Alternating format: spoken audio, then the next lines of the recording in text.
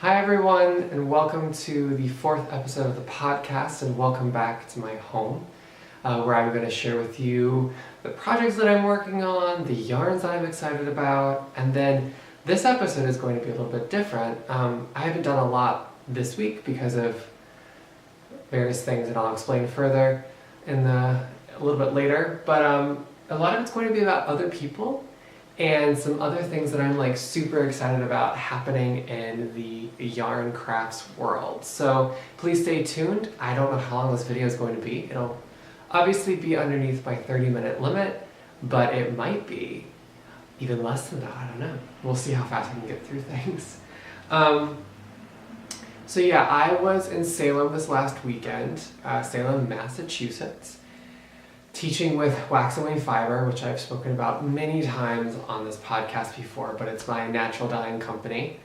And I had a really great time. We did a really great class teaching black dye to a bunch of witches, which was really fun, at House Witch, which is in Salem. And it was really fun and it was really great, and it's really exciting to see this specific dye form and make these beautiful pieces of work. So I'm really excited to do more black dye workshops, and I think what would be really cool is making some black yarn of my own, but we'll see how that plays out fully. So this week and weekend have been a little bit struggle. They've been a little bit of a struggle, simply because we left on Saturday after Claire and I were in this teacher training for another thing that we're doing. And that was from 8:30 in the morning until 4. We got it at 3 luckily, and then we drove straight from Baltimore, an hour south of Baltimore, 8 hours up to Boston where we were staying. So, and that was Saturday, and then we taught and we're in Salem the whole day Sunday. And then Monday we drove back. So needless to say, I was really tired because then I had to go teach at my other job for 2 hours. So I just got off the road and taught at this grief center for 2 hours, and then I was finally able to go home. And then I just pieced out on Tuesday. I just slept in, and I just did all these errands that I had to do for myself, and it was really great. So I haven't really done a lot of knitting or anything really in this last week. But I do want to show you some other stuff that I have. I did buy more yarn while I was in Salem. I think I might have explained, so I'll show you the thing I showed last week, but I'll show it again because I want you to see how the progression may or may not happen. But I do have one piece that I actually started knitting again last night, and so I was really excited about seeing that one form, and I'll try and get as close as I can and focus it in so you can actually see what's happening. So yeah, I'm going to show you those things, and then I'm going to show you, I'm going to talk to you about some people that I'm excited about, which my computer is right here. You can't see it, but it's right there. And I have a bunch of tabs open, so while I'm talking about people on Ravelry, I'll just be looking over here a lot, so please just, take that into consideration and don't turn me off immediately when I'm looking over here for the whole time. You want to see the yarn first? Yeah, let's see the yarn first. So I showed this last week. It's the Manos del Uruguay and the Alegria, and it's Locura Fluo. That's the colorway. This really nice, mixed yarn that's really nice and stretchy, and I'm excited. It's pretty much a DK weight. Whoops. Tag fell off. I probably handled it too much. But my idea is that I got this in Pittsburgh when we were moving my partner up there. And my idea is to go to all these places, or go to a few places, and grab a skein of yarn from those places, and then make a project out of it as a traveling shawl that I can wear to new places and get more yarn and make more shawls and just have these really storied pieces. I think that's always my thing, is I've loved drama all the time that I've been creating work. I was a painter before I became a yarn worker, if you will, and I always loved really dramatic scenes to paint and dramatic colors, and so this is having a story to all of my stuff is really great, and that really allows that drama to play in. So this is the Locura Fluo.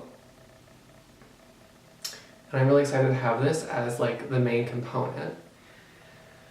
And then, while I was in Salem, I thought to myself, well, I should probably get something that's kind of witchy because that's what the whole place is about.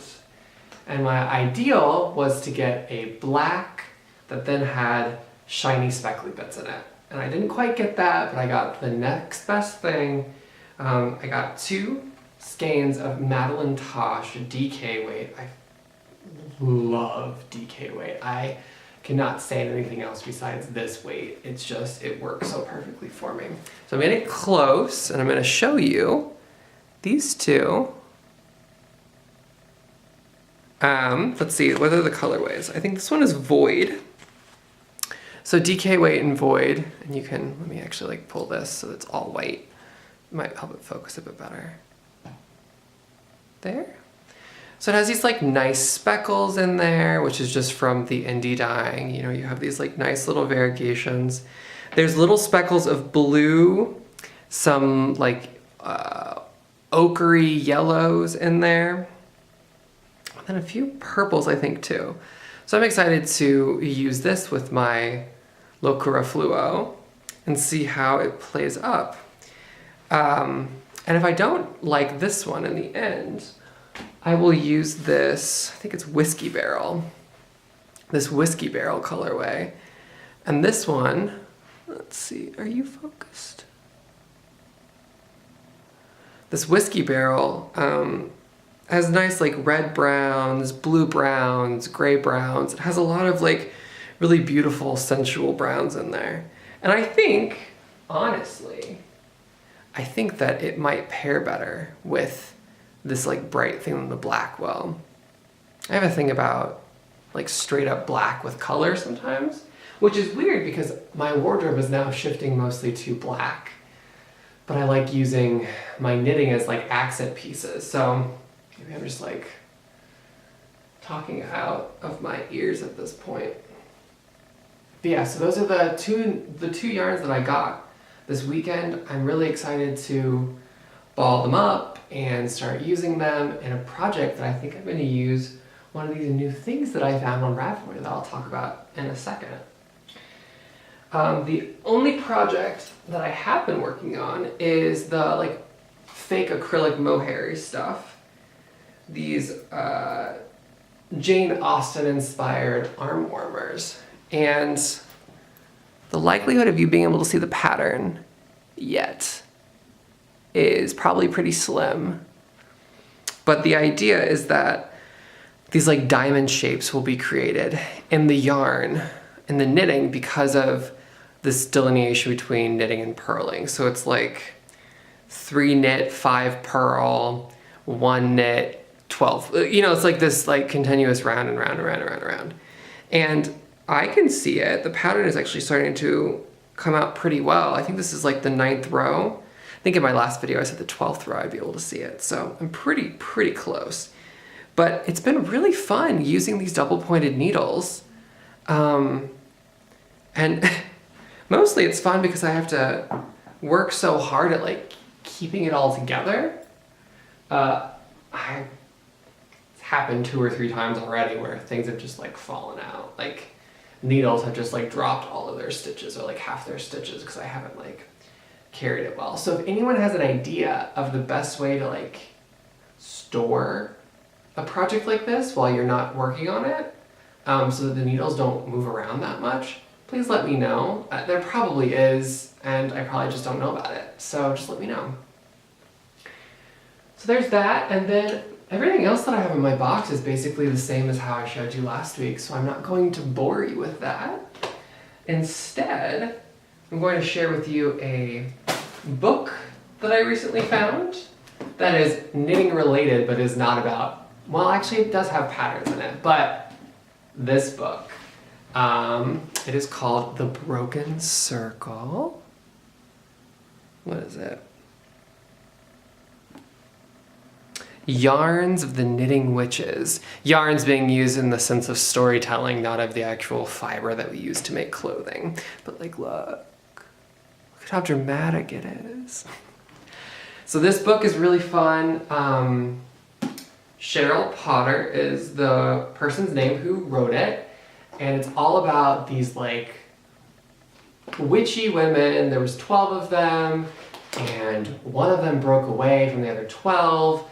She like ran away and became this evil queen, and so it's all about how knitting is, the original 12 had like this power to knit things that had magical properties to it. And it's just following those 12 witches and then also their children too. So I haven't gotten very far into the book, but the really cool part, and I think what like really struck me as why I wanted to read it, was because all of the knit pieces they talk about in this book, you can actually go online and all of the patterns, or all of the pieces have been made into patterns that then you can go and make yourself. So there's one piece, it's like Sierra, I think is the character's name. Sierra's traveling cloak, and it's just this, I think it might even just be garter stitch, or maybe it's stockinette, and it's just like this huge cape that's just absolutely beautiful and would take me forever to knit up, but it's just really great to see that that could be something that you could make. And then you can like have the pieces from the book. So I recommend reading it. It's young adult, so it's not a hard read. And it's just kind of fun if you're interested in like magic and fantasy, but you also really like yarn and knitting, which I think you probably do because you're watching this video. So yeah, The Broken Circle. This is the first part of a trilogy, if that makes you even more excited. And yeah, I'm excited to get more the way through it. I'm on another book right now, so that's kind of my problem, is that I have too many things going at the same time. So The Broken Circle, go out and get it. It's wonderful. And then I think that's the extent of my like things to show you. The rest of the things are for me to talk at you about. Just some people that I got really excited about in the last few weeks maybe, or two of them I literally found today. And I'm really excited to be able to share with you about them, because I think, as I've explained, they're all knitters, so I'm still like struggling to find my crochet aesthetic and find like-minded individuals that want to express that in the same way. They're all knitters, but they all like have this beautiful sensibility about color with them. And you know, I've been saying like I know Kate Fassett and I know Stephen West, and that's like basically the extent of my knowledge. And so now I like adding this repertoire of like different people to my knowledge base, and then I can just go and say, hey, I don't want to make a Stephen West this time. I want to go and I want to make whoever. And they still have beautiful, wonderful things to provide. And even though it may not be the pattern itself that I love so much, a lot of these people, I found that the yarns are really inspiring. And I think when I like your yarns, I'm probably going to like you. So we'll start off with, and I think I'm pronouncing it properly, Josh Ryks, or Ryks. Please correct me if I'm wrong, Josh. I will link you on, I'll let you know about this video on Instagram so you can like let me know if I did it right or wrong. But there's two pieces by him that I'm really interested in right now. I think one of them is mostly because of the yarn, but it's also like a really great way of busting your stash, so you can go in and be like, I've had this skein of yarn for 3 years and I haven't used it. What can I do with it? So that pattern is called Bad Nut, and I'll link it below. And the colorway that he did his in is, now I gotta find it. Candy is Dandy from Stephen B. That's just the yarn shop. The actual colorway is called Candy is Dandy. And it's just like a really beautiful, like, speckly, lots of colors in it, but they're all kind of muted, which is really interesting. So Bad Nut is really great to like bust your stash. So the other one is Seismicity. Seismicity. And this is using unicorn tails, which I don't really even know what that means. I think it's just mini skeins, maybe. But it's black and white and gray, but then there's this beautiful like neon coral. Those are all Madelinetosh. They're Madelinetosh unicorn tails. And he's knitted it up into this beautiful like cowl kind of situation that you see all the black and the gray, and then all of a sudden this like beautiful bright coral pops up out of nowhere, and it's just like a really great showstopper. So I'm really interested to see more of his work. I know he's in Rhinebeck, is that right? Rhinebeck right now for yarns. Well, I guess Rhinebeck is the thing. So I'm interested to see like what he learns and what he's going to produce and all the great things that will come out of that experience. The next one is Jana Hook or Huck. Once again, please correct me if I'm wrong. This is one of the people that I literally found today, so I'm really excited to be able to like share this completely new information with you. But there's two pieces from this person that I'm really inspired by. Once again, I will link these below. The first one is called the Japanese Garden Shawl. And this one is this beautiful, like, almost like water droplet radial pattern in the middle. And then it elongates outwards. So you get this like really beautiful shawl that gets to start off as a circular shawl, and then it gets to move outwards. And you can choose to add tails, you can choose to not. I think it's always really great when there's a ability to add fringe from just the way that it's knit up. I think it's wherever you change color, you just leave a strand and then you build this like beautiful little fringe. And that prevents you from having to weave in edges, which is one of my biggest nightmares.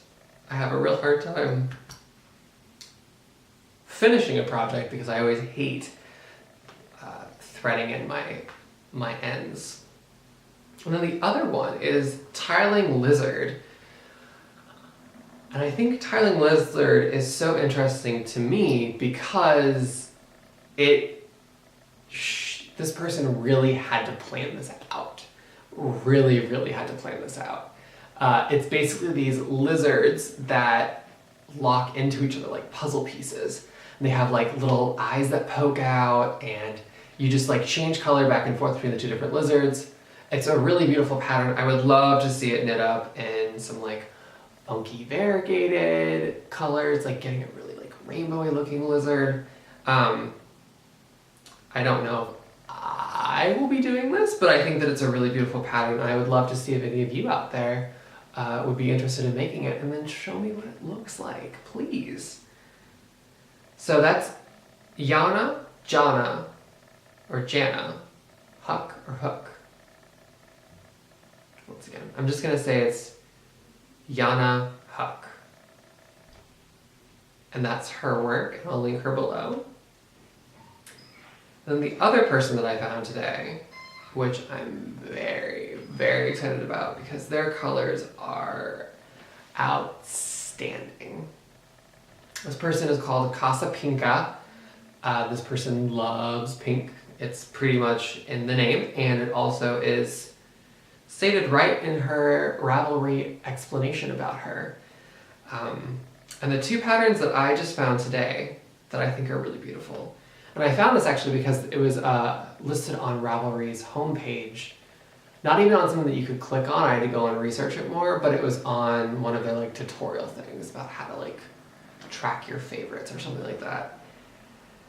Casa Pinka's loop pattern, which is this really nice, her original one is in a gray. It's a half moon shawl. It's gray, and then it has all of these lines that actually I think it's woven in. So I think the whole thing is made first, and from what I can see, then you weave in this thicker yarn, and it's in a variegated like rainbow with as a magenta as the red. And so you kind of just like sew that in as you go, which I think is really beautiful. Yeah, it's fingering, and then maybe it's not. Well, one of you out there will have to get the pattern and then let me know how it works out. Yeah, I'm not sure. But that one's called loop. So just intrinsically in the name, loop must mean that you loop in some way, besides just the knitting and crocheting. or the knitting. And then the last one is wrap and run. And wrap and run is what they have called their Rhinebeck sweater. Oh, maybe this is the whole thing about Rhinebeck. Once again, I'm very new to this whole thing, so if there's like a whole tradition that I know nothing about, it's because I just know nothing about it. But this is about their Rhinebeck. It's all in DK weight, which is perfect. All the things I just bought. But it's kind of this wrappy kimono kind of thing that's no sleeves, and it just kind of wraps over, and it's probably super warm. But it's a bunch of gray and black with these all these lines, and then these variegated, well, I guess once again it's a variegated rainbow with that like nice pink to it, and that's blocked inside of the gray, so you'll get just like a little strip of the variegated rainbow that will come back and forth and back and forth. And there's like these nice little like details along, I guess there's no sleeves, so it wouldn't be along the cuff, but it's where I guess it would drape over your arm.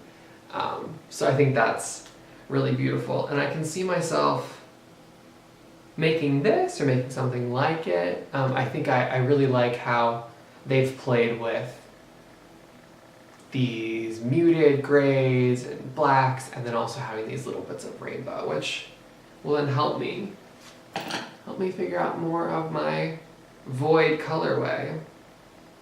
I just love that smell. Yeah. So I'm excited to do this wrap and run or something very similar, and maybe get into some crochet or something. This week, once again, I will be gone. I will be in Michigan this weekend. I leave on Friday. I think we get into Michigan at like midnight maybe. And then we come back, we leave Michigan at 5 o'clock in the morning on Monday. So it's once again another really quick trip, but I'm really excited to have company and to immerse myself there for, it's gonna be like a day, 2 days really. Excited to immerse myself there and just like really see what's up and what's happening. And then I will hopefully be able to bring some kind of like knitting with me there, because I know Marley, the shop owner, she knits as well, but I don't know how hectic. She's actually moving the day that we leave, so I don't know how much knitting she's going to be wanting to do. She probably already has it packed away. But hopefully I'll be able to work on something. If not, I will be reading The Broken Circle for sure, and just seeing how my ladies are doing. See how they're transposing, how they're transpiring, how they're working through life in their little world. Yeah, so if you have anything that you're working on that you want to share with me, let me know. I guess I should have explained this at the beginning too. I am on Instagram. You can search me at Ashton J Page. I guess it's not the same thing as my YouTube name. My YouTube name is just Ashton Page. So just put a J, the letter J in the middle. I will link that below for my Instagram. I'm on Ravelry. I don't have any patterns or any projects that I'm working on that I've recorded in there, so you'll just see what I favorited if you're interested in that. And then mostly just check me out on Instagram. I like to post a lot, mostly yarn related. Sometimes it's just my life. So look me up there if you're interested in seeing more of what I'm doing. And just keep looking back for more videos. And like and then subscribe below if you are interested in seeing more of these. So have a wonderful rest of your day, and I look forward to showing you more exciting projects and potentially yarns next week. All right, bye.